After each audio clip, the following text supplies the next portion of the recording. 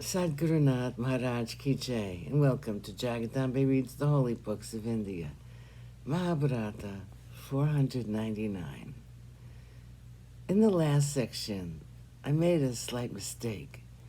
I called Duryodhana Hridaya and said that Hridaya was having a hard time, but of course Hridaya was already dead, and it was Duryodhana who was suffering.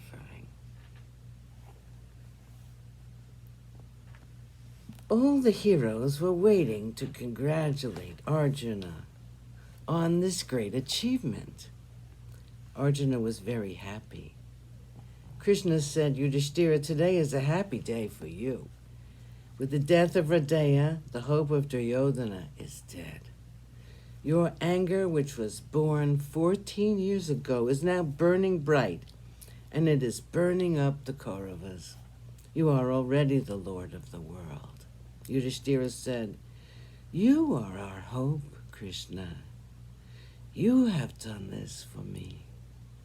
You are here to protect us, the Pandavas. Where is the need to worry? Yudhishthira was today rid of the worry which had been robbing him of his sleep. He was so happy that Hridaya was dead. He wanted to see him dead.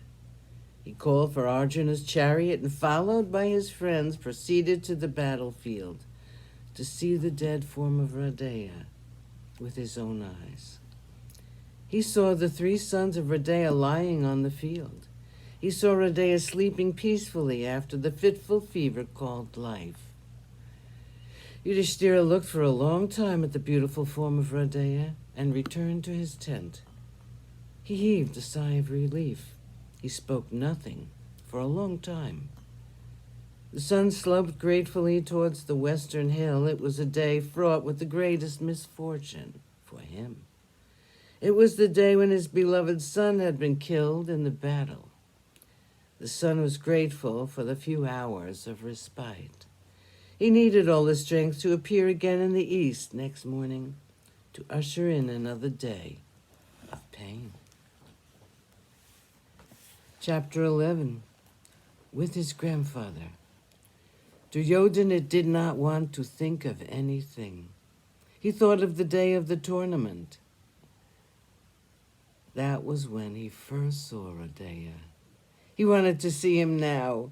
In the dead of the night, when the entire camp was sleeping, Duryodhana hurried to the battlefield. He saw Hridaya. He sat by the side of his friend who had loved him so much. He had died for him.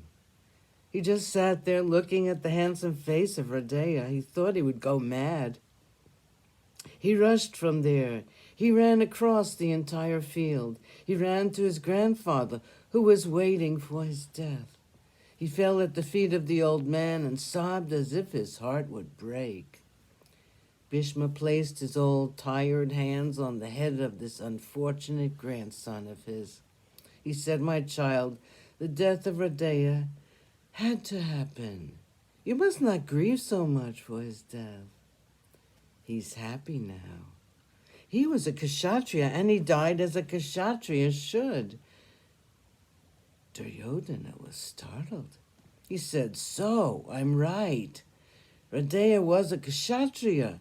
Grandfather, I have all along felt that Hridaya was a Kshatriya. Now you're saying the same thing.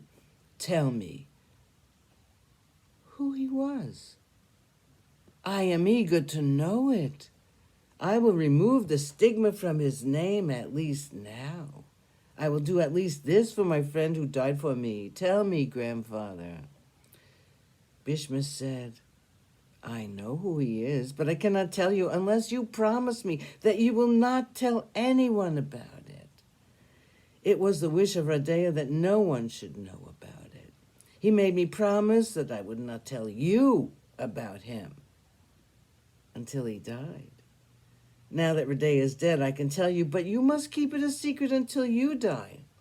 Duryodhana was puzzled. He said, If my beloved Hridaya desired it to be a secret, I will certainly respect his wishes. Sadgurunath Maharaj Ki Jai. Thank you for coming. I hope you come again.